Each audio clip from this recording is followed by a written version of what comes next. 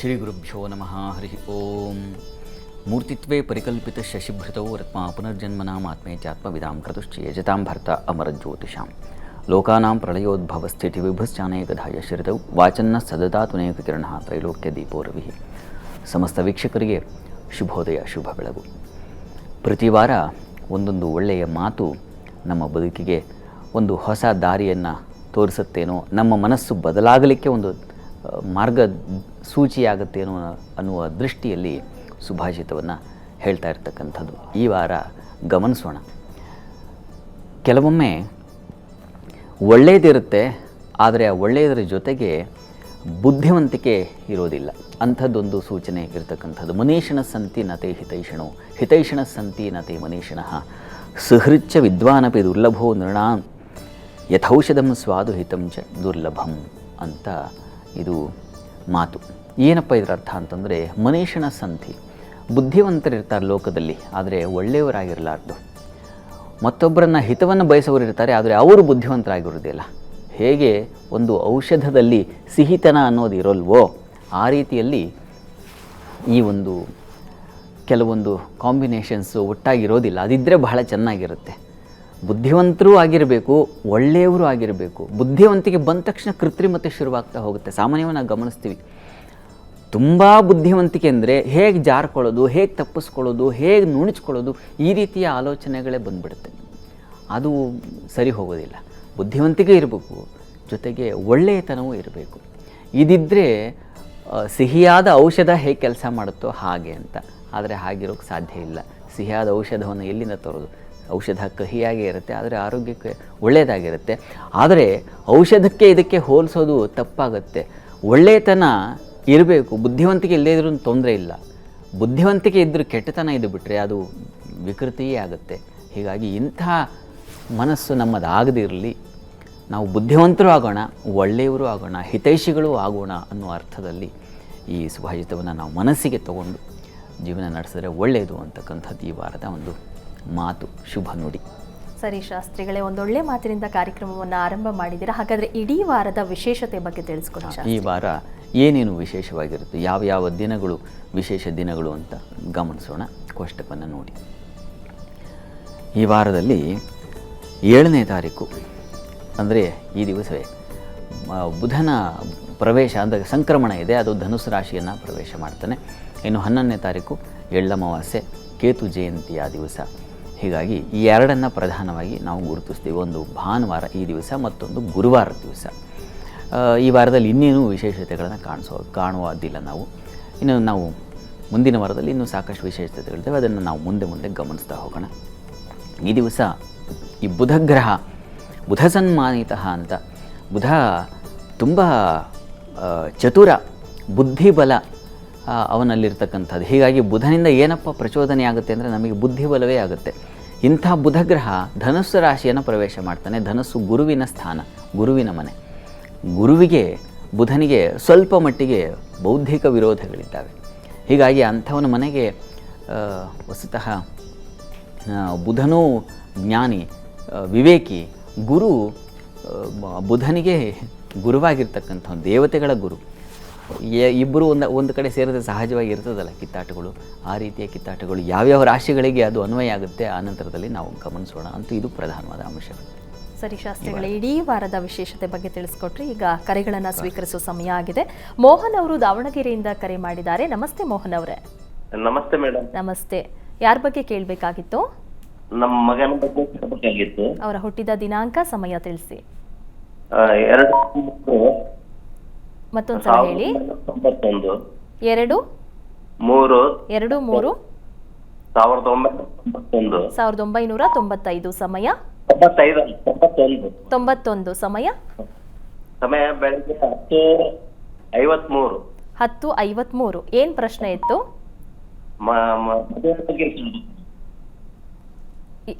ಮದ್ವೆ ಬಗ್ಗೆ ಕೇಳ್ಬೇಕಾ? ಸರಿ, ಶಾಸ್ತ್ರಿಗಳಿದ್ದಾರೆ, ಮಾತಾಡಿ. ಮೋಹನ್ ಅವರೇ ನಮಸ್ಕಾರ. ನಮಸ್ಕಾರ. ನಮಸ್ಕಾರ. ನಿಮ್ಮ ಧ್ವನಿ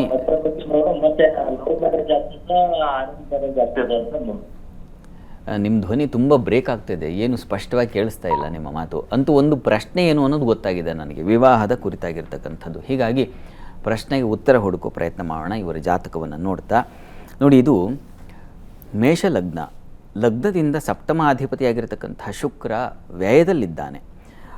ಅದು ಶುಭಗ್ರಹಗಳಲ್ಲಿ ಶಾಸ್ತ್ರದಲ್ಲಿ ಒಂದು ಮಾತಿದೆ, ಏನು ಶುಭಗ್ರಹಗಳು ದುಸ್ಥಾನಗಳಲ್ಲಿದ್ದರೆ ಆ ಗ್ರಹಗಳು ಸ್ವಲ್ಪ ಮಟ್ಟಿಗೆ ವಿಳಂಬವನ್ನು ಮಾಡ್ತವೆ, ಇಲ್ಲಾಂದರೆ ಫಲವನ್ನು ಕತ್ತರಿಸಿ ಹಾಕ್ತವೆ ಅಂತ. ಹೀಗಾಗಿ ದುಸ್ಥಾನಪೋ ಎವಿ ಅಂತ ಒಂದು ಮಾತು ಬರ್ತದೆ. ಈಗ ಪ್ರಸ್ತುತ ಇವರಿಗೆ ರಾಹು ದಶೆಯಲ್ಲಿ ನಡೀತಾ ಇರತಕ್ಕಂಥದ್ದು ಶುಕ್ರನ ಕಾಲವೇನೋ ಅವಕಾಶವನ್ನು ಏರ್ಪಾಡು ಮಾಡಿಕೊಡ್ತಾ ಇದೆ. ಹೀಗಾಗಿ ಒಂದು ಶುಕ್ರ ಮತ್ತು ಕುಜ ಎರಡು ಗ್ರಹಗಳ ಶಾಂತಿ ಮಾಡಿಸಿದ್ರೆ ಸ್ವಲ್ಪ ಸಹಾಯಕವಾಗುತ್ತೆ ಅಂತ ಶಾಸ್ತ್ರಗಳು ಸೂಚಿಸೋ ಮಾತಿದು.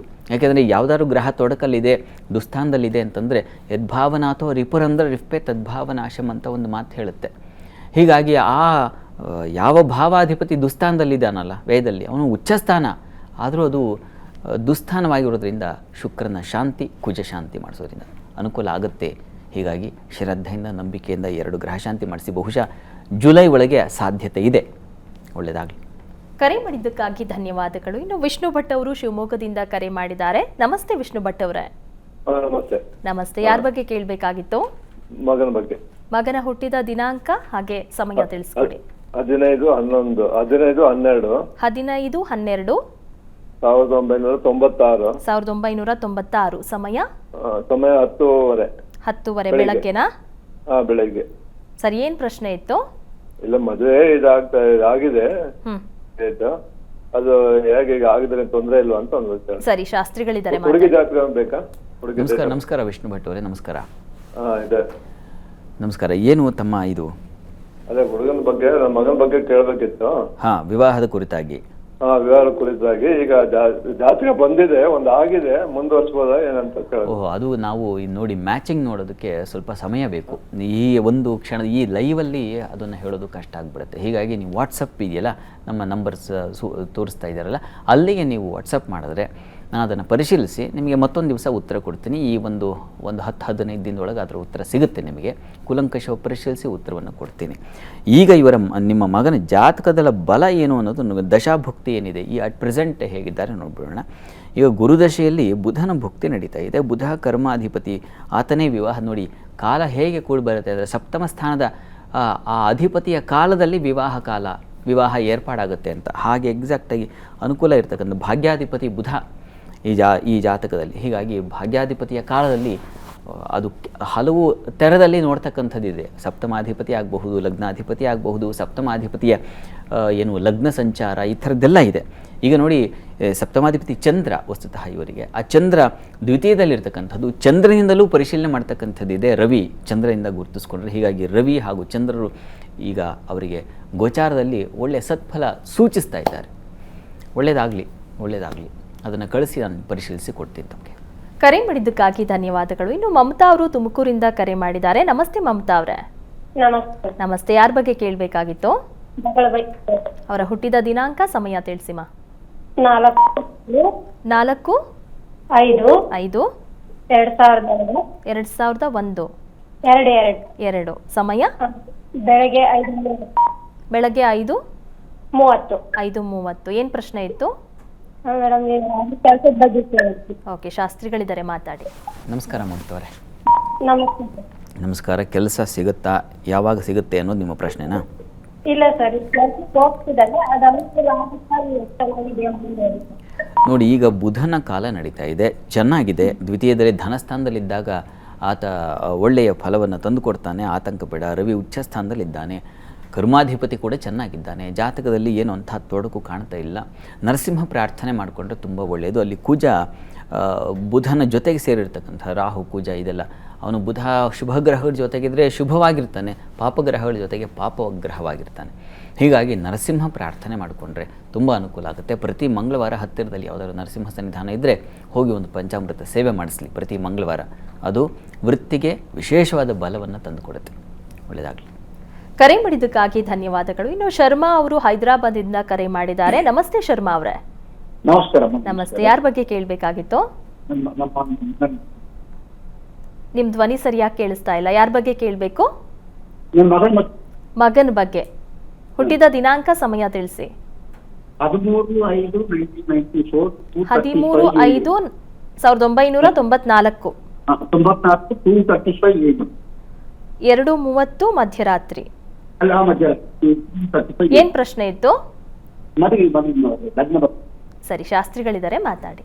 ನಮಸ್ಕಾರ ಶರ್ಮಾಜಿ ಅವರೇ. ನಮಸ್ಕಾರ. ಶಾಸ್ತ್ರ ಭಾಳ ದಿನ ಆದ್ಮೇಲೆ ಏನಾದ್ರು ಹೋಗ್ತಾ ಇದ್ದೀನಿ. ನಮಸ್ಕಾರ ನಮಸ್ಕಾರ. ಇದು 12 ರಾತ್ರಿ 13 ಬೆಳಗ್ಗೆ ಅಲ್ವಾ? ಹೌದೌದು. ಅದೇ ಇದು ಕುಂಭಲಗ್ನ. ಲಗ್ನದಿಂದ ಸಪ್ತಮಾಧಿಪತಿ ಬಲಿಷ್ಠನಾಗಿದ್ದಾನೆ, ಒಳ್ಳೆಯ ಲಕ್ಷಣ ಇದು. ಗುರುದಶೆಯಲ್ಲಿ ಈಗ ನಡೀತಾ ಇರತಕ್ಕಂಥದ್ದು ಶನೈಶ್ಚರನ ಕಾಲ, ಲಗ್ನಾಧಿಪತಿ ಕಾಲವೇ ನಡೀತಾ ಇದೆ. ಶನೈಶ್ಚರನ ದೃಷ್ಟಿಯು ಸಪ್ತಮಕ್ಕಿರ್ತಕ್ಕಂಥದ್ದು, ಇದೆಲ್ಲ ಒಳ್ಳೆಯ ಲಕ್ಷಣ. ಹೀಗಾಗಿ ಒಂದು ಕುಜಗ್ರಹ ದ್ವಿತೀಯದಲ್ಲಿರ್ತಕ್ಕಂಥದ್ದಕ್ಕೆ ಶಾಂತಿ ಬೇಕು ಅಂತ ಶಾಸ್ತ್ರ ಸೂಚಿಸುತ್ತೆ. ಲಗ್ನದಲ್ಲಿ, ದ್ವಿತೀಯದಲ್ಲಿ, ಚತುರ್ಥದಲ್ಲಿ, ಸಪ್ತಮದಲ್ಲಿ, ಅಷ್ಟಮದಲ್ಲಿ, ವ್ಯಯದಲ್ಲಿ ಹೀಗಿದ್ದಾಗ ಕುಜ ಶಾಂತಿ ಮಾಡೋದು, ಅದು ಈ ಲಗ್ನಕ್ಕೆ, ಕುಂಭಲಗ್ನಕ್ಕೆ ಕುಜ ಸ್ವಲ್ಪ ಮಾರಕ, ಸ್ವಲ್ಪ ವಿರೋಧವನ್ನು ಒಡ್ಡುತ್ತಾನೆ. ಈ ಕಾರಣದಿಂದಾಗಿ ಒಂದು ಕುಜಗ್ರಹ ಶಾಂತಿ ಮಾಡಿಸಿದ್ರೆ ತುಂಬ ಒಳ್ಳೆಯದು, ಸಹಕಾರ ಆಗುತ್ತೆ, ಮುಂದಿನ ದಾರಿ ಸುಲಭ ಆಗುತ್ತೆ. ಮಾಡಿಸಿ, ಒಳ್ಳೆಯದಾಗಲಿ. ಕರೆ ಮಾಡಿದ್ದಕ್ಕಾಗಿ ಧನ್ಯವಾದಗಳು. ಇನ್ನು ಮೈಸೂರಿಂದ ಒಬ್ರು ಕರೆ ಮಾಡಿದ್ದಾರೆ. ನಮಸ್ತೆ ಸರ್. ನಮಸ್ಕಾರ ಮೇಡಮ್. ನಮಸ್ತೆ. ಯಾರ ಬಗ್ಗೆ ಕೇಳಬೇಕಾಗಿತ್ತು? ಹುಟ್ಟಿದ ದಿನಾಂಕ, ಸಮಯ ತಿಳಿಸಿ. ಇನ್ನೊಂದ್ಸಲ ಹೇಳಿ. 27 3 1990. ನಿಮ್ ಧ್ವನಿ ಸರಿಯಾಗಿ ಕೇಳಿಸ್ತಾ ಇಲ್ಲ ಸರ್. 1960. ಸಮಯ 4:30. ಬೆಳಗ್ಗೆನಾ ಸಂಜೆನಾ? ಸಂಜೆ. ಏನ್ ಪ್ರಶ್ನೆ ಇತ್ತು? ಇದು ಮ್ಯಾರೇಜ್. ಸರ್, ನಿಮ್ ಧ್ವನಿ ಸರಿಯಾಗಿ ಕೇಳಿಸ್ತಾ ಇಲ್ಲ. ಟಿವಿ ನೋಡ್ತಾ ಮಾತಾಡ್ತಿದ್ದೀರಾ ಅನ್ಸುತ್ತೆ. ಟಿವಿ ವಾಲ್ಯೂಮ್ ಕಡಿಮೆ ಮಾಡಿ. ನಮಸ್ಕಾರ ನಮಸ್ಕಾರ ನಮಸ್ಕಾರ. ಈಗ ಪ್ರಸ್ತುತ ಕಾಲ ಹೇಗಿದೆ ಅಂತಲಾ? ಇಲ್ಲ, ಏನು? ಆಗಿ 20 ವರ್ಷ ಆಯ್ತು. ಹಾ, ಮಗಳು ಇದೆ. ಹಾ, ಅದೇ ಮನೆಯವರು 20 ವರ್ಷ ಜೊತೆಗೆ ಇದ್ರು. ಓಕೆ. ಕಂಪ್ಲೇಂಟ್ ಅಬೌಟ್ ತುಂಬಾ ಚೆನ್ನಾಗಿ. ನಿಮ್ಮ ಸಂಸಾರ ತಾಪತ್ರ್ಯ ಅನ್ನೋದು ನನಗೆ ಸ್ಪಷ್ಟವಾಗಿಲ್ಲ. ನಿಮ್ಮ ಧ್ವನಿ, ನಿಮ್ಮ ಏನು ನಿಮ್ಮ ಬದುಕಿನ ಸ್ಥಿತಿ ಹೇಗಿದೆಯೋ ಹಾಗೆ ಕೇಳಿಸ್ತಾ ಇದೆ, ನನಗೆ ಅನ್ನಿಸ್ತಾ ಇದೆ.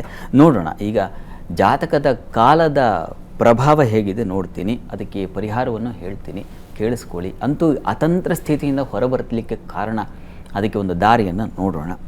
ನಿಮ್ಮದು ಸಿಂಹಲಗ್ನವಾಗಿದೆ. ಲಗ್ನದಿಂದ ಸಪ್ತಮ ಸ್ಥಾನ, ಕುಟುಂಬ ಸ್ಥಾನ ಇವೆಲ್ಲ ಗಮನಿಸಿದಾಗ ಸ್ವಲ್ಪ ರಾಡಿ ಇದೆ.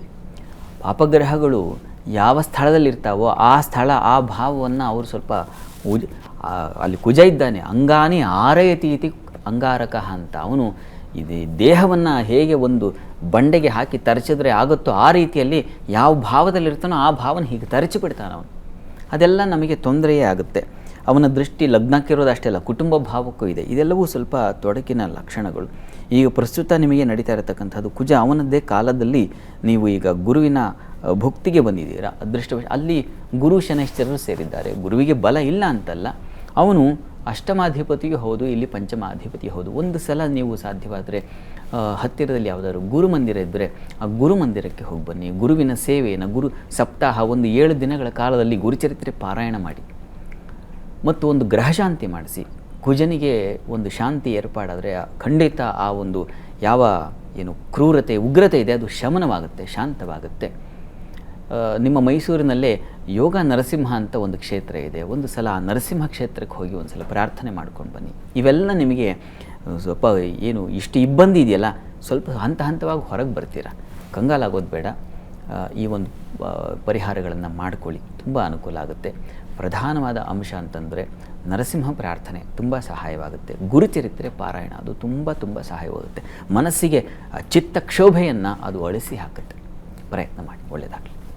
ಕರೆ ಮಾಡಿದ್ದಕ್ಕಾಗಿ ಧನ್ಯವಾದಗಳು. ಶಾಸ್ತ್ರಿಗಳೇ, ಈಗ ಮೊದಲ 3 ರಾಶಿಗಳ ಫಲಾಫಲ ಇಡೀ ವಾರ ಯಾವ ರೀತಿಯಾಗಿದೆ ಅನ್ನೋದ್ರ ಬಗ್ಗೆ ತಿಳಿಸಿ ನೋಡೋಣ. ಮೊದಲಿಗೆ ಕೋಷ್ಟಕವನ್ನು ಗಮನಿಸ್ಬಿಡೋಣ. ಈ ವಾರದ ಒಂದು ಫಲ ಗಮನಿಸ್ಕೊಳ್ಬೇಕಾಗಿದ್ರೆ ನಾವು ಈ ವಾರದಲ್ಲಿ ಗ್ರಹಸ್ಥಿತಿ ಏನಾಗಿರ್ತದೆ ನೋಡ್ತಾ ಇದ್ದೀರಾ ತಾವು. ಇಲ್ಲಿ ಗುರು ಮೇಷದಲ್ಲಿರ್ತಕ್ಕಂಥದ್ದು ಮಾಂದಿ ದಿವಸ, ಮಿಥುನದಲ್ಲಿ ಉದಯ ಆಗಿದೆ.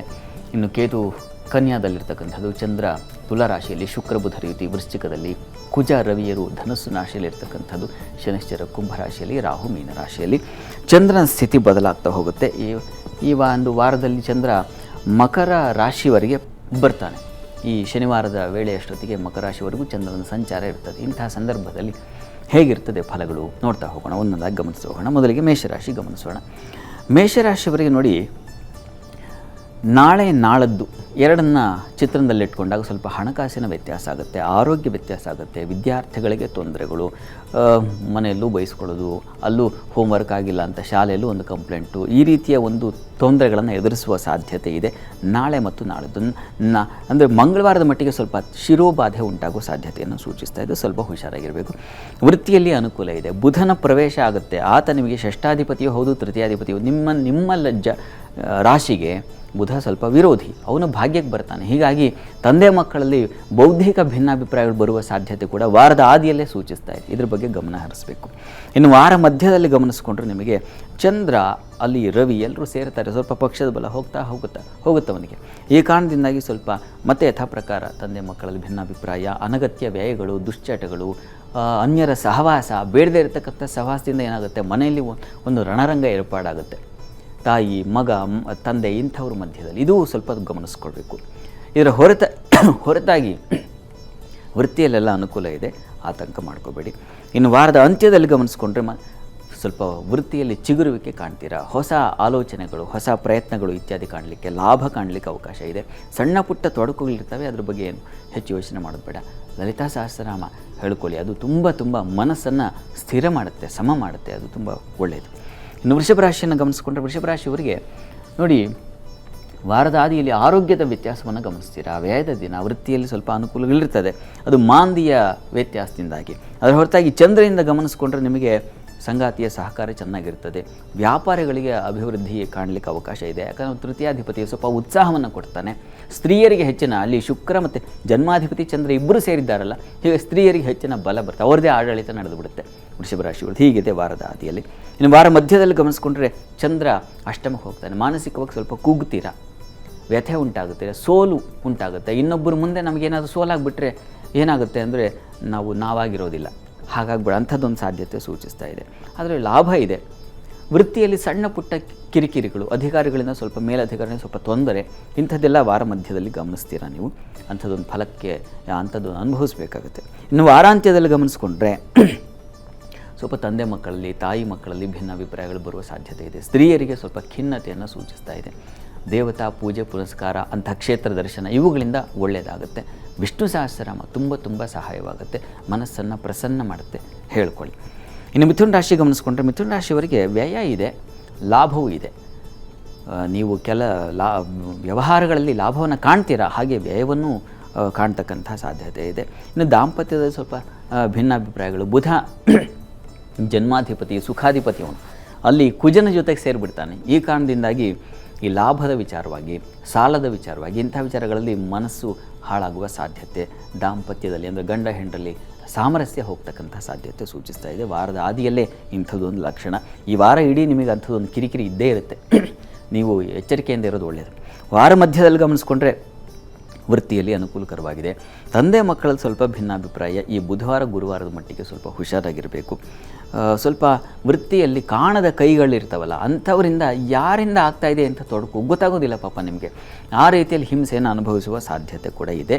ವಾರ ಮಧ್ಯದಲ್ಲಿ ಎಚ್ಚರ ಇರಬೇಕು. ವ್ಯಾಪಾರಿಗಳು ಬಹಳ ಎಚ್ಚರಿಕೆಯಿಂದ ಇರಬೇಕು. ಧನಾಧಿಪತಿ ರವಿಯುಕ್ತನಾಗಿ ಬಲಹೀನಾಗಿದ್ದಾನೆ, ಈ ಹಣ ಕಳ್ಕೊಳ್ತೀರಾ ವ್ಯವಹಾರದಲ್ಲಿ.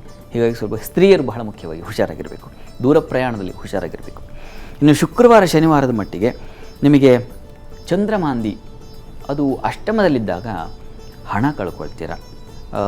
ಕುಟುಂಬದವ್ರ ಜೊತೆಗೆ ಕಲಹಗಳು, ಘರ್ಷಣೆಗಳು ಉಂಟಾಗೋ ಸಾಧ್ಯತೆ ಇದೆ. ಸ್ವಲ್ಪ ಹುಷಾರಾಗಿರಬೇಕು. ವಸ್ತು ನಷ್ಟತೆ ಬಹಳ ಮುಖ್ಯವಾಗಿ ಹುಷಾರಾಗಿರಿ. ಕಾರ್ತವೀರ್ಯಾರ್ಜುನ ಸ್ಮರಣೆ ಅದು ತುಂಬ ಒಳ್ಳೆಯದು. ಕಾರ್ತವೀರ್ಯಾರ್ಜುನ ನಾಮ ರಾಜಾಬಾಹು ಸಹಸ್ರವಾಣಿ ತಸ್ಯ ಸಂಸ್ಮರಣ ಮಾತ್ರೇಣ ಹೃತನ್ನಷ್ಟಂಚ ಲಭ್ಯತೆ ಅಂತ ಆ ಮಂತ್ರ, ಅದು ನಷ್ಟವಾದದ್ದನ್ನು ಹುಡುಕಿ ಕೊಡುತ್ತೆ ಅಂತ ಶ್ರದ್ಧೆಯಿಂದ ಮಾಡಿ ಅನುಕೂಲ ಆಗುತ್ತೆ. ರೇಣುಕಮ್ಮ ಅವರು ಬೆಂಗಳೂರಿಂದ ಕರೆ ಮಾಡಿದ್ದಾರೆ. ನಮಸ್ತೆ ರೇಣುಕಮ್ಮ ಅವರೇ. ನಮಸ್ತೆ ಮೇಡಮ್. ನಮಸ್ತೆ. ಯಾರ ಬಗ್ಗೆ ಕೇಳಬೇಕಾಗಿತ್ತು? ನನ್ನ ಬಗ್ಗೆನೇ ಕೇಳಬೇಕು. ಹುಟ್ಟಿದ ದಿನಾಂಕ, ಸಮಯ ತಿಳಿಸಿ. ಆ ಸಮಯ ಹುಟ್ಟಿದ ದಿನಾಂಕ ಗೊತ್ತಿಲ್ಲ. ಸರಿ, 108ರ ಒಳಗೆ ಒಂದು ಸಂಖ್ಯೆ ಹೇಳಿ. 6 ಮೇಡಮ್. ಏನ್ ಕೇಳ್ಬೇಕಾಗಿತ್ತು? ಮನೆ ಬಗ್ಗೆ, ಮನೆ ಹೊಸ ಮನೆ ಕಟ್ಟಿದೇವಿ, Okay. ಗೃಹ ಪ್ರವೇಶ ಮಾಡ್ಬೇಕು, ಅದಕ್ಕೆ ಯಾವತ್ತು ಒಳ್ಳೆ ದಿನ? ಸರಿ, ಶಾಸ್ತ್ರಿಗಳಿದ್ದಾರೆ, ಮಾತಾಡಿ. ನಮಸ್ಕಾರ ರೇಣುಕಮ್ಮ ಅವರೇ. ನಮಸ್ಕಾರ ಶಾಸ್ತ್ರಿ. ನಮಸ್ಕಾರ ನಮಸ್ಕಾರ ನಮಸ್ಕಾರ ನಿಮ್ಗೆ. ನಮಸ್ಕಾರ.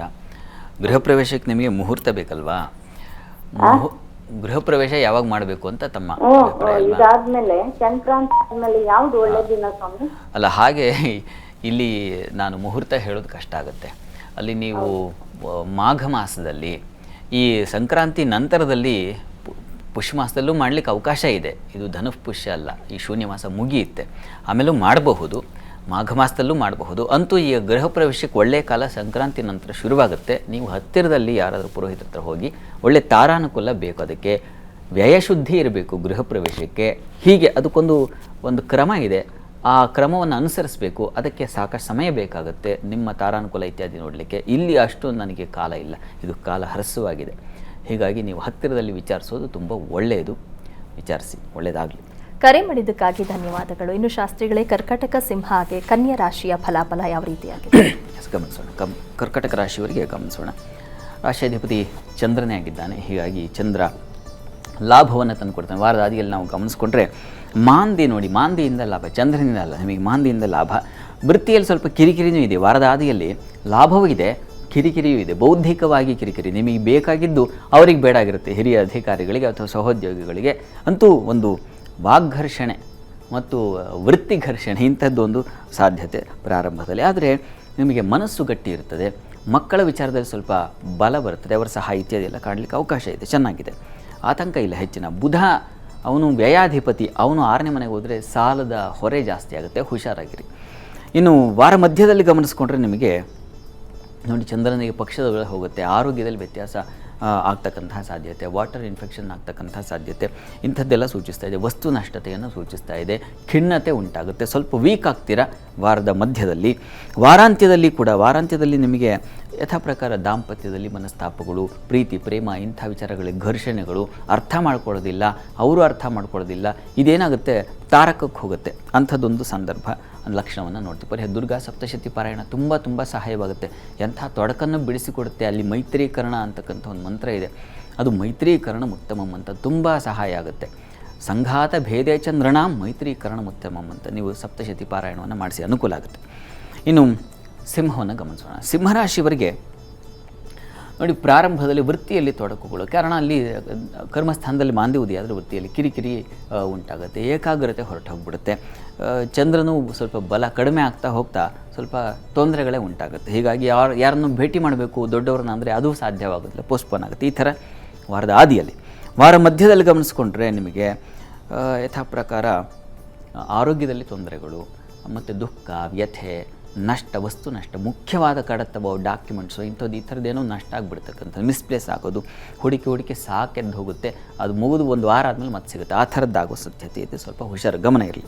ಇನ್ನು ವಾರಾಂತ್ಯದಲ್ಲಿ ಗಮನಿಸ್ಕೊಂಡ್ರೆ ಸಿಂಹರಾಶಿಯವರಿಗೆ ನೋಡಿ, ಬುಧ ಧನಾಧಿಪತಿ ಪಂಚಮದಲ್ಲಿ ಜನ್ಮಾಧಿಪತಿ ಜೊತೆಗಿದ್ದಾಗ ಬೌದ್ಧಿಕ ನೀವು ಹೊಸ ಆಲೋಚನೆ ಮಾಡಿ ಹೊಸ ಸಂಪಾದನೆಗೆ ದಾರಿಯಾಗುತ್ತೆ. ಅಂಥದ್ದೊಂದು ಒಳ್ಳೆಯ ಲಕ್ಷಣ ಕೂಡ ಇದೆ. ಚಂದ್ರನಿಗೆ ಬಲವಿಲ್ಲ, ಅದು ಬೇರೆ ವಿಚಾರ. ಸ್ವಲ್ಪ ಈ ತಂದೆ ಬಂಧುಗಳ ಜೊತೆಗೆ, ಜ್ಞಾತಿಗಳು ಅಂತ ಕರೀತಾರೆ, ಅವ್ರ ಜೊತೆಗೆ ಸ್ವಲ್ಪ ಘರ್ಷಣೆಗಳಾಗೋ ಸಾಧ್ಯತೆ ಇರ್ತದೆ, ಸ್ವಲ್ಪ ಹುಷಾರಾಗಿರಿ. ದುರ್ಗಾ ಪ್ರಾರ್ಥನೆ, ದುರ್ಗಾ ಸನ್ನಿಧಾನದಲ್ಲಿ ಅಮ್ಮನವರಿಗೆ ಒಂದು ಅಭಿಷೇಕ ಮಾಡಿಸಿದ್ರೆ, ಆ ತೀರ್ಥವನ್ನು ತೆಗೆದುಕೊಂಡ್ರೆ ತುಂಬ ಅನುಕೂಲ ಆಗುತ್ತೆ. ವಾರ ಇಡೀ ಮಾಡಿ, ಅದು ತುಂಬ ಸಹಾಯವಾಗುತ್ತೆ. ಇನ್ನು ಕನ್ಯಾ ರಾಶಿ ಗಮನಿಸ್ಕೊಂಡ್ರೆ ವಾರದ ಆದಿಯಲ್ಲಿ ನಿಮಗೆ ಸ್ವಲ್ಪ ನೋಡಿ, ಹಿರಿಯರ ಜೊತೆಗೆ ಅಂದರೆ ದೊಡ್ಡವರು, ಗುರು ಸಮಾನರು ಇಂಥವ್ರ ಜೊತೆಗೆ ಮನಸ್ತಾಪಗಳು ಉಂಟಾಗುವ ಸಾಧ್ಯತೆಯನ್ನು ಸೂಚಿಸ್ತಾ ಇದೆ. ಈ ಒಂದು ವಸ್ತು ನಷ್ಟತೆಗಳು ಕೂಡ, ಅಂದರೆ ನಾವೇನು ಹಿಂದೆ ಗಮನಿಸ್ಕೊಂಡ್ರೆ ಅದೇ ರೀತಿಯ ತೊಂದರೆ ನಿಮಗೂ ಕನ್ಯಾ ರಾಶಿಯವರೆಗೂ ಆಗ್ತಕ್ಕಂಥದ್ದು ವಾರದ ಆದಿಯಲ್ಲಿ. ಅಂದರೆ ಚಂದ್ರ ಲಾಭಾಧಿಪತಿ ತೃತೀಯದಲ್ಲಿದ್ದಾಗ ಸಹೋದರ ಸಹಾಯದಿಂದ ಲಾಭವನ್ನು ಕಾಣ್ತೀರ, ಅಂಥದ್ದೊಂದು ಫಲವೂ ಇದೆ. ಮತ್ತು ಸೇವಕರಿಂದ ಸಹಾಯ, ಈ ಥರದ್ದೆಲ್ಲ ಕಾಣಲಿಕ್ಕೆ ಅವಕಾಶ ಇದೆ. ಬುಧ ಜನ್ಮಾಧಿಪತಿ ಚತುರ್ಥದಲ್ಲಿದ್ದರೆ ಬಂಧು ಬಾಂಧವರ ಜೊತೆಗೆ ಸ್ವಲ್ಪ ಅಲ್ಲಿ ಕುಜನಿದ್ದಾನೆ, ಈ ಕಾರಣದಿಂದಾಗಿ ಕ್ಲೇಶಗಳು, ಘರ್ಷಣೆ ಆಗೋ ಸಾಧ್ಯತೆ ಇದೆ. ಸ್ವಲ್ಪ ಸಮಾಧಾನವಾಗಿರಿ, ಯಾರಿಗೂ ಸಲಹೆ ಕೊಡೋಕ್ಕೆ ಹೋಗಬೇಡಿ. ಇನ್ನು ವಾರ ಮಧ್ಯದಲ್ಲಿ ಗಮನಿಸ್ಕೊಂಡ್ರೆ ನಿಮಗೆ ಆರೋಗ್ಯದಲ್ಲಿ ವ್ಯತ್ಯಾಸ ಆಗುತ್ತೆ, ಗುಹ್ಯ ಸ್ಥಾನಗಳಲ್ಲಿ ತೊಂದರೆಗಳು, ದೂರ ಪ್ರಯಾಣದಲ್ಲಿ ತೊಂದರೆಗಳು ಉಂಟಾಗತಕ್ಕಂಥದ್ದು ಇಂಥದ್ದು ಸಾಧ್ಯತೆ ಇದೆ. ಮತ್ತು ಪ್ರಯಾಣದಲ್ಲಿ ತೊಂದರೆ, ನೀರಿಗೆ ಅಭಾವ, ಕೃಷಿಕರಿಗೆ ಸ್ವಲ್ಪ ಹಿನ್ನಡೆ, ಈ ರೀತಿಯಲ್ಲೆಲ್ಲ ಇದೆ. ಈ ವಾರದಲ್ಲಿ ನೀವು ವಾರಾಂತ್ಯದಲ್ಲಿ ಗಮನಿಸ್ಕೊಂಡ್ರೂ ನಿಮಗೆ ಸ್ವಲ್ಪ ಬಲ ಕಡಿಮೆ ಇದೆ. ಬೌದ್ಧಿಕವಾಗಿ ಮಾನಸಿಕವಾಗಿ ಖಿನ್ನತೆ ಇದೆ. ನಾಗ ಪ್ರಾರ್ಥನೆ ಮಾಡೋದ್ರಿಂದ ಹೆಚ್ಚಿನ ಅನುಕೂಲ ಉಂಟಾಗುತ್ತೆ. ನಾಗರಕ್ಷಣೆ, ಆ ನಾಗನ ಅನುಗ್ರಹದಿಂದ ಈ ವಾರ ಇಡೀ ಒಂದು ರೀತಿಯ ಬಲ ಬರುತ್ತದೆ ನಿಮಗೆ. ಅದು ಕನ್ಯಾ ರಾಶಿಯವರ ಫಲ. ಈಗ ರಂಗಪ್ಪ ಅವರು ಚಿಕ್ಕಮಗಳೂರಿಂದ ಕರೆ ಮಾಡಿದ್ದಾರೆ. ನಮಸ್ತೆ ರಂಗಪ್ಪ ಅವರೇ. ನಮಸ್ತೆ ಮೇಡಮ್. ನಮಸ್ತೆ. ಯಾರ ಬಗ್ಗೆ ಕೇಳಬೇಕಾಗಿತ್ತು? ಮೇಡಮ್ ನಮ್ಮ ಬಗ್ಗೆನೇ ಕೇಳಬೇಕಾಗಿತ್ತು. ನಿಮ್ಮ ಹುಟ್ಟಿದ ದಿನಾಂಕ, ಸಮಯ ತಿಳಿಸಿ. 10/3/79. 10/3/1979. ಸಮಯ? ಹಾ ಮೇಡಮ್, ಸಮಯ ಗೊತ್ತಿಲ್ಲ ಮೇಡಮ್. ಸರಿ, ಏನ್ ಪ್ರಶ್ನೆ ಇತ್ತು? ಮೇಡಮ್ ಏನೇ ಮಾಡಿದ್ರು ಕೈ ಎತ್ತಲ್ಲ ಬಾಯಿ ಎತ್ತಲ್ಲ ಆ ರೀತಿ ಆಗಿದೆ. ಏನ್ ಮಾಡಿದ್ರು ನನಗೆ ಮೋಸ ಆಗುತ್ತೆ. ಸರಿ, ಶಾಸ್ತ್ರಿಗಳಿದ್ರೆ ಮಾತಾಡಿ. ರಂಗಪ್ಪ ಅವರೇ ನಮಸ್ಕಾರ. ನಮಸ್ತೆ ಸ್ವಾಮೀಜಿ. ನಮಸ್ಕಾರ. ನಿಮ್ಮ ಗೊತ್ತಾಯ್ತು ಪಾಪ, ನಿಮಗೆ ಏನು ಕೆಲಸ ಕೈ ಹಾಕಿದ್ರು ನಿಮಗೆ ಆಗ್ತಾ ಇಲ್ಲ, ಇದಕ್ಕೇನಪ್ಪ ಮಾಡೋದು ಅಂತ ನಿಮ್ಮ ಪ್ರಶ್ನೆ ಅಲ್ವಾ?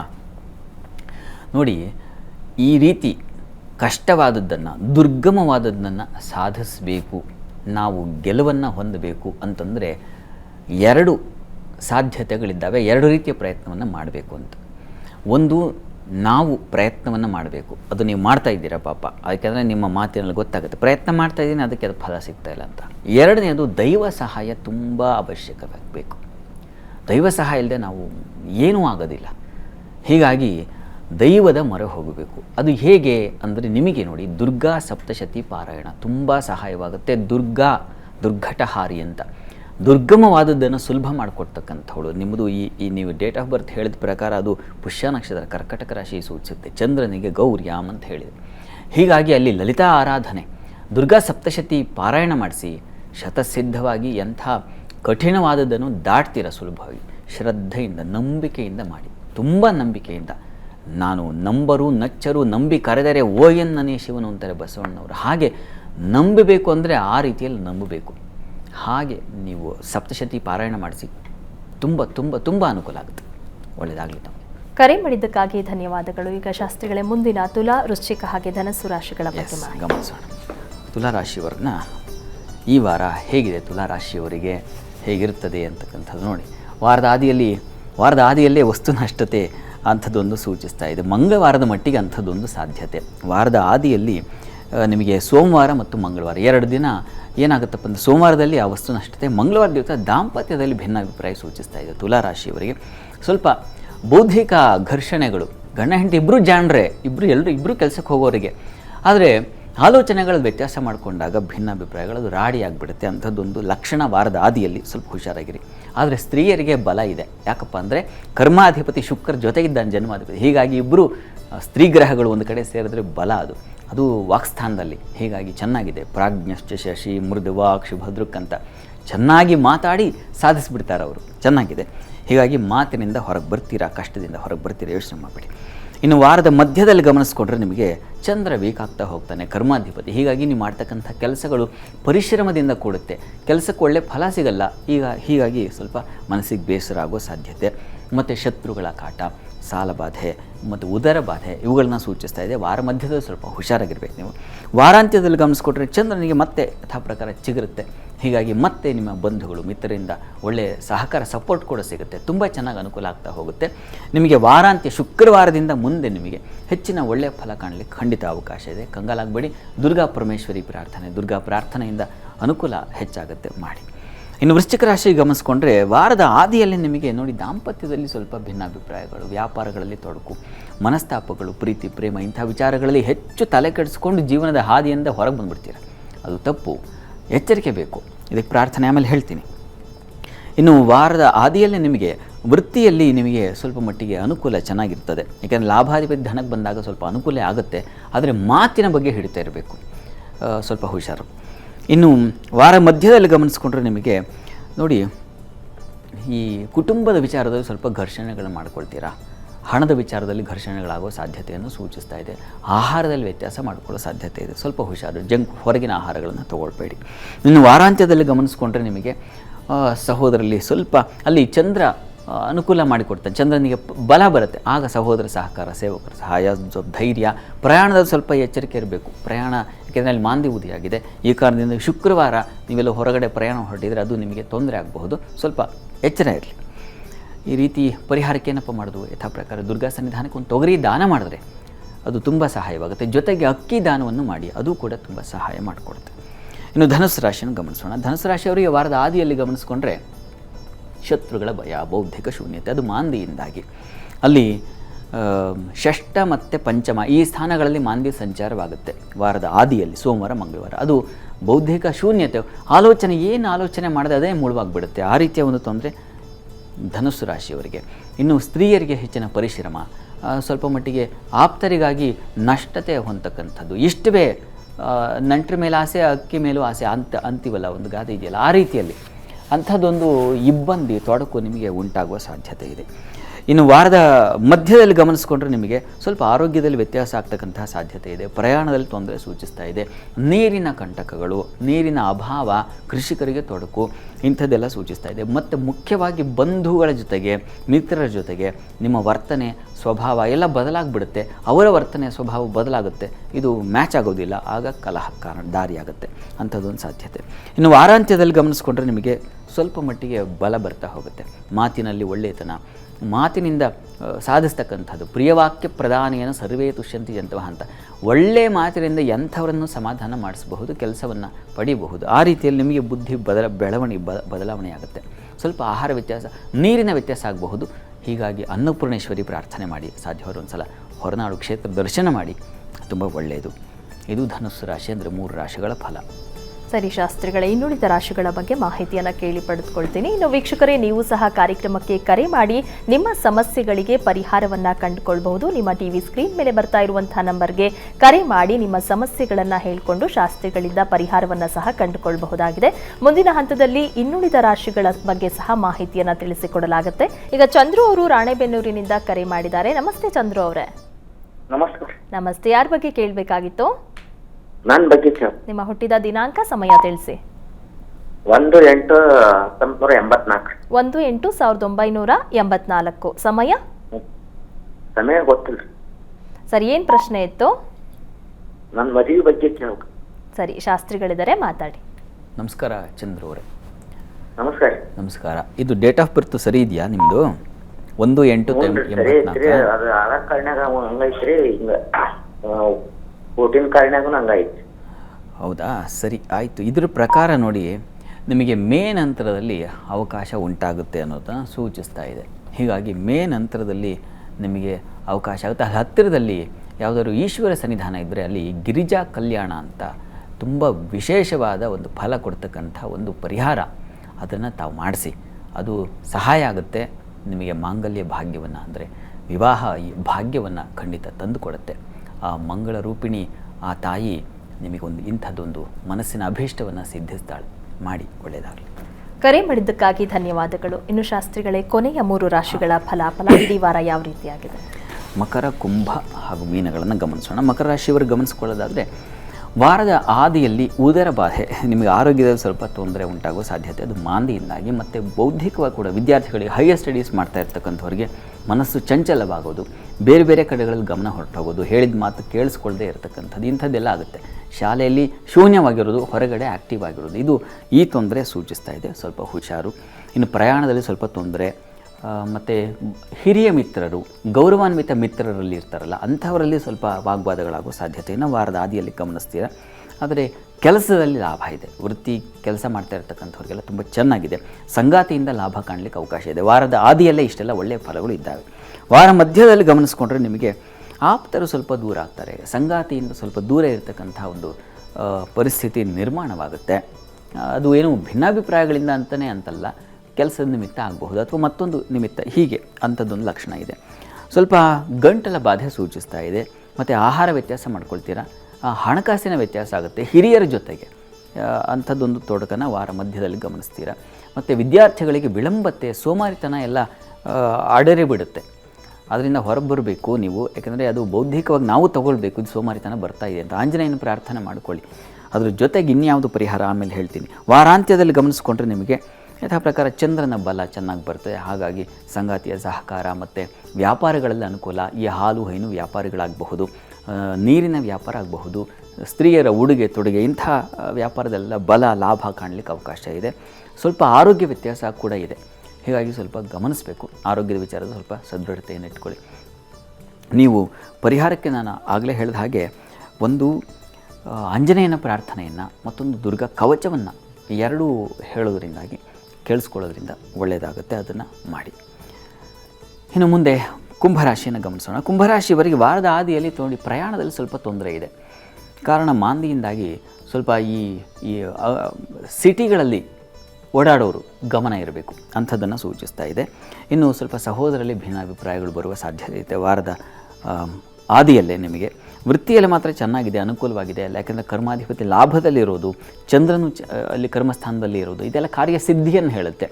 ಕೆಲಸ ಕೊಟ್ಟರೆ ಅದನ್ನು ಅಚ್ಚುಕಟ್ಟಾಗಿ ಮಾಡಿ ಮುಗಿಸ್ತಕ್ಕಂಥದ್ದು ನಿಮ್ಮ ಈಗಿನ ಬಲ. ಹೀಗಾಗಿ ಅದು ಚೆನ್ನಾಗಿದೆ, ಯೋಚನೆ ಬೇಡ. ಇನ್ನು ಬುಧನ ಒಂದು ಸಂಚಾರ ಲಾಭಕ್ಕೆ ಬರ್ತಾ ಇದ್ದಾನೆ, ಹೀಗಾಗಿ ಅದು ಕೂಡ ಬೌದ್ಧಿಕ ಲಾಭ ಇದು ಚೆನ್ನಾಗಿದೆ. ಇನ್ನು ವಾರ ಮಧ್ಯದಲ್ಲಿ ಗಮನಿಸ್ಕೊಂಡ್ರೆ ನಿಮಗೆ ವೃತ್ತಿಯಲ್ಲಿ ಬಹಳ ವಿಶೇಷವಾದ ಫಲಗಳು ಸಿಗ್ತಾ ಹೋಗುತ್ತೆ, ಅದರಲ್ಲಿ ಸಂಶಯ ಇಲ್ಲ. ಸ್ವಲ್ಪ ಆಹಾರ ವ್ಯತ್ಯಾಸ ಮಾಡ್ಕೋತೀರಾ ಮತ್ತು ಇನ್ಫೆಕ್ಷನ್, ಥ್ರೋಟ್ ಇನ್ಫೆಕ್ಷನ್ ಜೊತೆಗೆ ಈ ಮುಖದಲ್ಲಿ ಬಾಯಲ್ಲಿ ಹುಣ್ಣಾಗೋದು ಇಂಥದ್ದೊಂದು ಸಾಧ್ಯತೆ ಸೂಚಿಸ್ತಾ ಇದೆ. ಬಾಯಲ್ಲಿ ಈ ದಂತ ಅಂದರೆ ಹಲ್ಲಿನ ತೊಂದರೆಗಳು, ಇನ್ಫೆಕ್ಷನ್ ಆಗೋ ಸಾಧ್ಯತೆ ಇವುಗಳನ್ನು ಕೂಡ ಸೂಚಿಸ್ತಾ ಇದೆ. ಸ್ವಲ್ಪ ಎಚ್ಚರಿಕೆ ಇರಬೇಕು ವಾರದ ಮಧ್ಯಭಾಗದಲ್ಲಿ. ಇನ್ನು ವಾರಾಂತ್ಯದಲ್ಲಿ ಗಮನಿಸ್ಕೊಂಡ್ರೆ ಆರೋಗ್ಯ ವ್ಯತ್ಯಾಸ ಇದೆ. ಸ್ವಲ್ಪ ಅಲರ್ಜಿಗಳಾಗೋದು, ಚರ್ಮ ಅಲರ್ಜಿ ಆಗ್ತಕ್ಕಂಥದ್ದು, ಈ ಕಾಲಿನ ಬಾಧೆ ಉಂಟಾಗ್ತಕ್ಕಂಥದ್ದು, ಹೆಣ್ಣು ಮಕ್ಕಳಿಗೆ ಇಂಥದ್ದೊಂದು ಸಾಧ್ಯತೆಯನ್ನು ಸೂಚಿಸ್ತಾ ಇದೆ. ಸ್ವಲ್ಪ ಆರೋಗ್ಯದ ಕಡೆಗೆ ಎಚ್ಚರ ತಗೊಳ್ಬೇಕು. ಕಣ್ಣಿನ ಬಾಧೆಯೂ ಇದೆ, ಕಾಲಿನ ಬಾಧೆಯೂ ಇದೆ, ಇವುಗಳ ಬಗ್ಗೆ ಗಮನ ತಗೊಳ್ಳಿ. ಇನ್ನು ಪರಿಹಾರವನ್ನು ಗಮನಿಸ್ಕೊಂಡ್ರೆ ನೋಡಿ, ಒಂದು ನಾಗಕವಚವನ್ನು ಕೇಳಿಸ್ಕೊಳ್ಳಿ. ಶನೈಶ್ಚರ ಕವಚ, ಶನೈಶ್ಚರ ಪ್ರಾರ್ಥನೆ ಕೂಡ ನಿಮಗೆ ತುಂಬ ಸಹಾಯವಾಗುತ್ತೆ, ಅನುಕೂಲ ಆಗುತ್ತೆ. ಕುಂಭರಾಶಿಯವರಿಗೆ ಈ ವಾರ ಇಡೀ ಶನೈಶ್ಚರನ ಪ್ರಾರ್ಥನೆ, ಶನೈಶ್ಚರ ಕವಚ ಕೇಳಿಸ್ಕೊಳ್ಳೋದು ತುಂಬ ತುಂಬ ಒಳ್ಳೆಯದು. ಇನ್ನು ವಾರಾಂತ್ಯದಲ್ಲಿ ಗಮನಿಸ್ಕೊಂಡ್ರೆ ಇನ್ನು ಮೀನರಾಶಿ ವಾರಾಂತ್ಯ, ಇದು ರಾಶಿ ಅಂತ್ಯ. ಮೀನರಾಶಿಯವರಿಗೆ ಸಹೋದರಲ್ಲಿ ಮನಸ್ತಾಪ, ವಾರದ ಆದಿಯಲ್ಲಿ ಸಹೋದರಲ್ಲಿ ಸ್ವಲ್ಪ ಭಿನ್ನಾಭಿಪ್ರಾಯಗಳು ಬರ್ತಕ್ಕಂಥ ಸಾಧ್ಯತೆ, ಹಣಕಾಸಿನ ವ್ಯತ್ಯಾಸ ಅದು ಕೂಡ ಸೂಚಿಸ್ತಾ ಇದೆ. ಸ್ವಲ್ಪ ಎಚ್ಚರಿಕೆ ಬೇಕು. ಮಾತು, ಹಣ ಇವುಗಳಿಂದಾಗಿ ವಾತಾವರಣವೇ ಹಾಳಾಗಿಬಿಡುತ್ತೆ.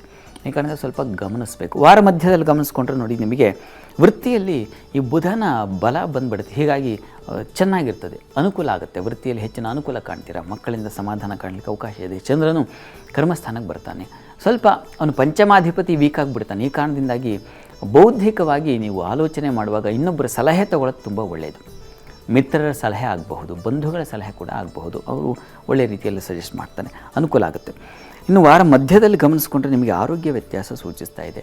ಇನ್ಫೆಕ್ಷನ್ ಆಗೋದು, ಕಣ್ಣಿನ ಬಾಧೆ ಉಂಟಾಗ್ತಕ್ಕಂಥದ್ದು, ಚರ್ಮ ಅಲರ್ಜಿ ಉಂಟಾಗೋ ಸಾಧ್ಯತೆಯನ್ನು ಸೂಚಿಸ್ತಾ ಇದೆ. ಸ್ವಲ್ಪ ಹುಷಾರು.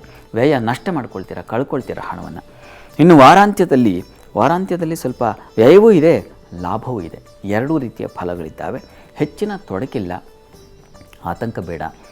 ನೀವು ಆರೋಗ್ಯದ ದೃಷ್ಟಿಯಿಂದ ಸ್ವಲ್ಪ ಗಮನ ವಹಿಸಬೇಕು. ಒಂದು ಆಹಾರ ವ್ಯತ್ಯಾಸ ಮಾಡ್ಕೋಬೇಡಿ. ಇನ್ನೊಂದು ಈ ಅಲರ್ಜಿಗಳಾಗೋ ಸಾಧ್ಯತೆ, ಅದು ಇದು ಏನೇನೋ ಬೇಡದೇ ಇರತಕ್ಕಂಥದ್ದನ್ನು ಹಚ್ಚಿಬಿಟ್ಟು ಅದು ಅಲರ್ಜಿ ಆಗ್ತಕ್ಕಂಥ ಇವುಗಳ ಬಗ್ಗೆ ಸ್ವಲ್ಪ ಗಮನ ವಹಿಸಿ. ಇನ್ನು ಪರಿಹಾರವನ್ನು ಗಮನಿಸ್ಕೊಂಡ್ರೆ ನೀವು ನೋಡಿ, ಪ್ರಧಾನವಾದ ಏನು ತೊಡಕುಗಳು ಅಷ್ಟಾಗಿ ಇಲ್ಲ, ಹೀಗಾಗಿ ಇಷ್ಟ ದೇವತಾ ಆರಾಧನೆ ಮಾಡಿ ಅಥವಾ ಗುರು ಪ್ರಾರ್ಥನೆ ಮಾಡ್ಕೊಳ್ಳಿ. ಹೀಗಾಗಿ ಪರ್ಟಿಕ್ಯುಲರಾಗಿ ಇಂಥದ್ದೇ ಅಂತಲ್ಲ, ನರಸಿಂಹ ಕವಚ ಕೇಳಿಸ್ಕೊಂಡ್ರೆ ತುಂಬ ಒಳ್ಳೆಯದು. ಅದು ಈ ಅಲರ್ಜಿ ಇತ್ಯಾದಿ ತೊಡಕುಗಳನ್ನು ಅದರಿಂದ ಹೊರಬರಲಿಕ್ಕೆ ಅವಕಾಶ ಆಗುತ್ತೆ. ನರಸಿಂಹ ಕವಚವನ್ನು ಕೇಳಿಸ್ಕೊಳ್ಬಹುದು. ಇದರ ಜೊತೆಗೆ ಇದು 12 ರಾಶಿಗಳ ಫಲಾಫಲ ಈ ವಾರದಲ್ಲಿ. ಸರಿ ಶಾಸ್ತ್ರಿಗಳೇ, 12 ರಾಶಿಗಳ ಫಲಾಫಲ ಯಾವ ರೀತಿಯಾಗಿದೆ ಅನ್ನೋದರ ಬಗ್ಗೆ ಮಾಹಿತಿ ತಿಳಿಸ್ಕೊಟ್ರಿ. ಮತ್ತೊಬ್ರು ಕಾಲರ್ ರೆಡಿ ಇದ್ದಾರೆ. ನೇತ್ರ ಅವರು ಗದಗಿಂದ ಕರೆ ಮಾಡಿದ್ದಾರೆ. ನಮಸ್ತೆ ನೇತ್ರ ಅವರೇ. ನಮಸ್ಕಾರ ಮೇಡಮ್. ನಮಸ್ತೆ. ಯಾರ ಬಗ್ಗೆ ಕೇಳಬೇಕಾಗಿತ್ತು? ನಮ್ಮ ಮಗ ಅವರ ಹುಟ್ಟಿದ ದಿನಾಂಕ, ಸಮಯ ತಿಳಿಸಿ. 9/5/2005. 9/5/2005. ಸಮಯ ಬೆಳಗ್ಗೆ 7:20. ಬೆಳಗ್ಗೆ 7:20. ಹ್ಞೂ. ಏನ್ ಕೇಳಬೇಕಾಗಿತ್ತು? ಎಜುಕೇಶನ್ ಬಗ್ಗೆ ಕೇಳಬೇಕಾಗಿತ್ತು. ಸರಿ, ಶಾಸ್ತ್ರಿಗಳಿದ್ದಾರೆ, ಮಾತಾಡಿ. ನಮಸ್ಕಾರ ನೇತ್ರ ಅವರೇ. ನಮಸ್ಕಾರ ಸರ್. ನಮಸ್ಕಾರ. ಇವರ ಎಜುಕೇಷನ್ ಬಗ್ಗೆ ಕೇಳಬೇಕಿತ್ತು ಅಲ್ವಾ? ನೋಡಿ, ಈಗ ಇವರಿಗೆ ಕುಜ ದಶೆಯಲ್ಲಿ ಶುಕ್ರನ ಭುಕ್ತಿ ನಡೀತಾ ಇದೆ. ನೋಡಿ, ಶುಕ್ರ ವಿದ್ಯಾಧಿಪತಿ, ಅವನು ಶುಕ್ರ ಏನು ಲಗ್ನದ ಅಧಿಪತಿ, ಹೀಗಾಗಿ ತುಂಬ ಚೆನ್ನಾಗಿದೆ. ಕಾಲದಲ್ಲೂ ಈಗ ಪ್ರೆಸೆಂಟ್ ಕೂಡ ಶುಕ್ರ ಚೆನ್ನಾಗಿದ್ದಾನೆ, ಒಳ್ಳೆ ಉಚ್ಚ ಸ್ಥಾನದ ಕಡೆಗೆ ಅವನ ಪ್ರಯಾಣ ಇದೆ, ಹೀಗಾಗಿ ಚೆನ್ನಾಗಿದೆ, ಯೋಚನೆ ಬೇಡ. ಅಲ್ಲಿ ಪಂಚಮ ಸ್ಥಾನದಲ್ಲಿ ಗುರು ಇದ್ದಾನಲ್ಲ, ಒಳ್ಳೆ ಬುದ್ಧಿಶಕ್ತಿಯೂ ಇದೆ ಇವರಿಗೆ. ಅಲ್ಲಿ ಕೇತುವು ಸೇರಿದ್ದಾನೆ. ಈ ಕಾರಣದಿಂದ ಸ್ವಲ್ಪ ಗಣಪತಿ ಪ್ರಾರ್ಥನೆ ಮಾಡಿಕೊಂಡ್ರೆ ಹೈಯರ್ ಸ್ಟಡೀಸ್ ತುಂಬ ಚೆನ್ನಾಗಾಗುತ್ತೆ. ಹೀಗಾಗಿ ಹತ್ತಿರದಲ್ಲಿ ಯಾವುದಾದ್ರು ಗಣಪತಿ ಸನ್ನಿಧಾನ ಇದ್ದರೆ ಗಣಪತಿಗೆ ಜೇನಿನ ಅಭಿಷೇಕ ಮಾಡಿಸಿ ಸ್ವಲ್ಪ ಪ್ರಸಾದ ತಿನ್ನಿಸಿ, ಅದು ತುಂಬ ಸಹಾಯವಾಗುತ್ತೆ. ಚೆನ್ನಾಗಿ ಓದ್ತಾರೆ, ಚೆನ್ನಾಗಿದೆ. ಒಳ್ಳೆಯ ಎಜುಕೇಷನ್ ಆಗಿ ಒಳ್ಳೆಯ ಸ್ಥಾನಕ್ಕೂ ಹೋಗ್ತಾರೆ, ಒಳ್ಳೆಯ ಕೆಲಸವೂ ಸಿಗುತ್ತೆ. ಯೋಚನೆ ಮಾಡಬೇಡಿ, ಧೈರ್ಯವಾಗಿರಿ, ಒಳ್ಳೆಯದಾಗಲಿ. ಕರೆ ಮಾಡಿದ್ದಕ್ಕಾಗಿ ಧನ್ಯವಾದಗಳು. ಇನ್ನು ವೀಕ್ಷಕರೇ, ನೀವು ಸಹ ಕಾರ್ಯಕ್ರಮಕ್ಕೆ ಕರೆ ಮಾಡಿ ನಿಮ್ಮ ಸಮಸ್ಯೆಗಳಿಗೆ ಪರಿಹಾರವನ್ನು ಕಂಡುಕೊಳ್ಬಹುದು. ಇನ್ನು ಮುಂದಿನ ಹಂತದಲ್ಲಿ ಕೆಟ್ಟ ಕನಸುಗಳೇನಾದರೂ ಬೀಳ್ತಾ ಇದ್ರೆ, ಕಣ್ಣು ಅದರುವಂತಹ ಸಮಸ್ಯೆಗಳಿದ್ರೆ ಅದಕ್ಕೆ ಯಾವ ರೀತಿಯಾದಂತಹ ಯಾವ ಮಂತ್ರವನ್ನ ಹೇಳೋ ಮೂಲಕ ಪರಿಹಾರವನ್ನ ಕಂಡುಕೊಳ್ಬಹುದು ಅನ್ನೋದಕ್ಕೆ ಸಂಬಂಧಪಟ್ಟ ಮಾಹಿತಿಯನ್ನ ತಿಳಿಸಿಕೊಡಲಾಗುತ್ತೆ. ವೈಶಾಲಿ ಅವರು ಬೆಂಗಳೂರಿಂದ ಕರೆ ಮಾಡಿದ್ದಾರೆ. ನಮಸ್ತೆ ವೈಶಾಲಿ ಅವರೇ. ನಮಸ್ತೆ ಮೇಡಮ್. ನಮಸ್ತೆ. ಯಾರ ಬಗ್ಗೆ ಕೇಳಬೇಕಾಗಿತ್ತು? ನಾನು ನನ್ನ ಮಗನ ಬಗ್ಗೆ ಕೇಳಬೇಕು. ಹುಟ್ಟಿದ ದಿನಾಂಕ, ಸಮಯ ತಿಳಿಸಿ. ಅವನ ಹೆಸರು ಹರ್ಷ ಅಂತ ಹೇಳಿ. ಓಕೆ. December 29, 2004 madam. 29/12/2004. 29/12 ಸರಿ. ಸಮಯ? 2004. ಸಮಯ ಬುಧವಾರ ಮಧ್ಯಾಹ್ನ 12:37. ಮಧ್ಯಾಹ್ನ 12:37. ಏನ್ ಪ್ರಶ್ನೆ ಇತ್ತು? ಏನು ಅವನ ಭವಿಷ್ಯದ ಬಗ್ಗೆ ಕೇಳಬೇಕು. ಸರಿ, ಶಾಸ್ತ್ರಿಗಳಿದ್ದಾರೆ, ಮಾತಾಡಿ. ನಮಸ್ಕಾರ ವೈಶಾಲಿ ಅವರೇ. ನಮಸ್ಕಾರ ಸರ್. ನಮಸ್ಕಾರ. ಹೇಗಿದೆ ಮುಂದೆ ಎಜುಕೇಷನ್, ಹೈಯರ್ ಸ್ಟಡೀಸ್ ಮತ್ತೆ ವೃತ್ತಿ ಅಂತಲ್ವಾ? ಹೌದು ಸರ್, ಒಂದು ಎಜುಕೇಶನ್ ಅಲ್ಲೇ ಈಗ 1 year 2 years ಸ್ವಲ್ಪ ಪ್ರಾಬ್ಲಮ್ಸ್ ಆಯ್ತು. ಬಟ್ ಆಲ್ಸೋ ನಾವು ಪೇಮೆಂಟ್ ಕೊಟ್ಬಿಟ್ಟು ಜಾಯಿನ್ ಮಾಡ್ತೀವಿ ಇಂಜಿನಿಯರಿಂಗು. ಓಕೆ, ನೋಡಿ, ಇವರಿಗೆ ಈಗ ನಡೀತಾ ಇರತಕ್ಕಂಥದ್ದು ಬುಧನ ದಶೆಯಲ್ಲಿ ಗುರುವಿನ ಭುಕ್ತಿ ನಡೀತಾ ಇದೆ. ಗುರು ಜಾತಕದಲ್ಲಿ ಸಪ್ತಮ ಸ್ಥಾನದಲ್ಲಿ, ಬುಧನ ಸ್ಥಾನದಲ್ಲಿ ಇದ್ದಾನೆ, ಲಗ್ನವನ್ನು ನೋಡ್ತಾನೆ. ಪಂಚಮ ಸ್ಥಾನದಲ್ಲಿ ಇವರಿಗೆ ಚಂದ್ರ ಶನಿ ಒಟ್ಟಾಗಿದ್ದಾರೆ. ಸ್ವಲ್ಪ ಮಾನಸಿಕವಾಗಿ ಸ್ವಲ್ಪ ಖಿನ್ನತೆಯನ್ನು ಸೂಚಿಸುತ್ತೆ. ಶನಿಚಂದ್ರ ಒಟ್ಟಾಗಿದ್ದರೆ ಸಾಮಾನ್ಯವಾಗಿ ಮನೋದುರ್ಬಲ ಇರುತ್ತೆ ಅವರಿಗೆ. ಹೀಗಾಗಿ ಅದನ್ನು ಸರಿಪಡಿಸಬೇಕು. ಅದನ್ನು ಹೇಗಪ್ಪ ಅಂದರೆ ಆಂಜನೇಯನ ಪ್ರಾರ್ಥನೆಯಿಂದ ಉಂಟಾಗುತ್ತೆ. ಹೀಗಾಗಿ ಹತ್ತಿರದಲ್ಲಿ ಆಂಜನೇಯನ ಸನ್ನಿಧಾನ ಇದ್ದರೆ ಪ್ರತಿ ಶನಿವಾರ ಅಲ್ಲಿಗೆ ಕಳಿಸಿ ಆಂಜನೇಯ ಸನ್ನಿಧಾನಕ್ಕೆ ಹೋಗಿ ಅಲ್ಲಿ ಈ ಸಿಂಧೂರ ಅಲಂಕಾರ ಅದನ್ನು ಮಾಡಿಸಿ ಸ್ವಲ್ಪ ಅದನ್ನು ಧಾರಣೆ ಮಾಡಲಿಕ್ಕೆ ಹೇಳಿ. ಅದು ತುಂಬ ಸಹಾಯವಾಗುತ್ತೆ. ಮತ್ತು ಆಂಜನೇಯನ ಸ್ಮರಣೆ ಪ್ರತಿ ದಿವಸ ಬೇಕಿವರಿಗೆ. ಆದ್ದರಿಂದ ಇವರಿಗೆ ಮನೋಬಲ ಬರುತ್ತೆ, ಬುದ್ಧಿಬಲ ಬರುತ್ತೆ ಮತ್ತು ದೃಢತೆ ಬರುತ್ತೆ. ಹೀಗಾಗಿ ಆ ಒಂದು ಆಂಜನೇಯನ ಪ್ರಾರ್ಥನೆ ಮಾಡಲಿಕ್ಕೆ ಅಲ್ಲಿ ಸರಿ ಹೋಗುತ್ತೆ. ಆತಂಕ ಮಾಡ್ಕೋಬೇಡಿ, ಸರಿ ಹೋಗುತ್ತೆ. ಯಾಕೆಂದರೆ ಕರ್ಮಸ್ಥಾನದಲ್ಲಿ ರವಿ ಇದ್ದಾನೆ. ಒಂದು ಹಂತಕ್ಕೆ ಅವನು ದಿಗ್ಬಲ ಅಧಿಪತಿ, ಅವನು ಅಲ್ಲಿ ದಿಗ್ಬಲ ಇರ್ತದೆ ರವಿ. ಈ ಕಾರಣದಿಂದಾಗಿ ತುಂಬ ಅನುಕೂಲ ಆಗುತ್ತೆ, ಒಳ್ಳೆಯ ಸ್ಥಾನಕ್ಕೆ ಬರ್ತಾರೆ. ನೀವು ಆತಂಕ ಮಾಡ್ಕೋಬೇಡಿ.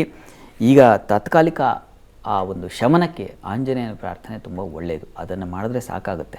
ಯೋಚನೆ ಮಾಡಬೇಡಿ, ಧೈರ್ಯವಾಗಿರಿ. ಕರೆ ಮಾಡಿದ್ದಕ್ಕಾಗಿ ಧನ್ಯವಾದಗಳು. ಇನ್ನು ಶಾಸ್ತ್ರಿಗಳೇ, ಕೆಟ್ಟ ಕನಸುಗಳು ಬೀಳ್ತಾ ಇದ್ರೆ ಯಾವ ಮಂತ್ರವನ್ನು ಹೇಳ್ಕೊಳ್ಬೇಕು? ಈಗ ಒಂದು ಗಮನಿಸೋಣ.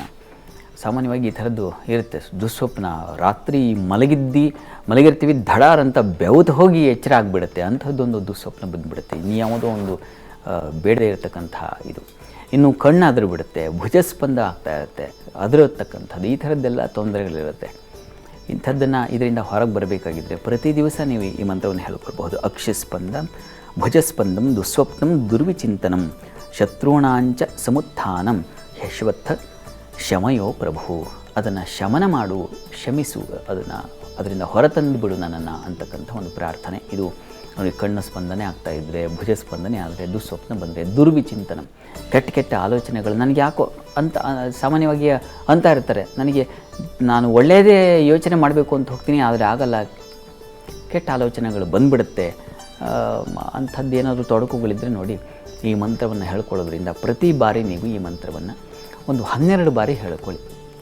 ಮಲಗುವಾಗ ಹೇಳ್ಕೊಂಡ್ರೆ ಬಹಳ ಒಳ್ಳೆಯದು. ಮಲಗುವ ಮುನ್ನ ಕಾಲುಗಳನ್ನು ತೊಳ್ಕೊಂಡ್ಬಿಟ್ಟು ನೀವು ಎಲ್ಲಿ ಮಲಗ್ತೀರೋ ಆ ಸ್ಥಳದಲ್ಲಿ ಈ ಒಂದು ಮಂತ್ರವನ್ನು ಹೇಳಿಕೊಂಡ್ರೆ ನಿಮಗೆ ಈ ಥರದ್ದು ಯಾವುದೇ ಭಯ ಉಂಟಾಗೋದಿಲ್ಲ ಮತ್ತು ಒಂದು ಒಳ್ಳೆಯ ನಿದ್ರೆ ಬರುತ್ತೆ. ಒಳ್ಳೆಯ ನಿದ್ರೆ ಇದೆಯಲ್ಲ, ಅದು ತುಂಬ ರೀಚಾರ್ಜ್ ಇದ್ದ ಹಾಗೆ.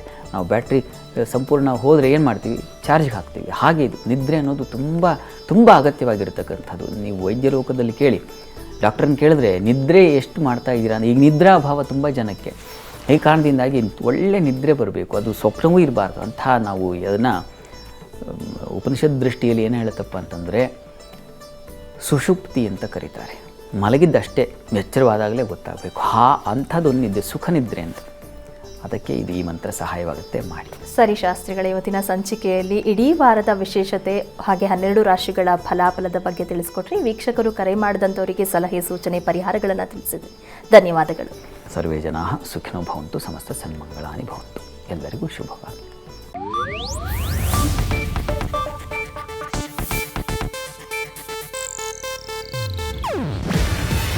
ಇದು ಏಷ್ಯಾನೆಟ್ ನ್ಯೂಸ್ ನೆಟ್ವರ್ಕ್ ಪ್ರಸ್ತುತಿ.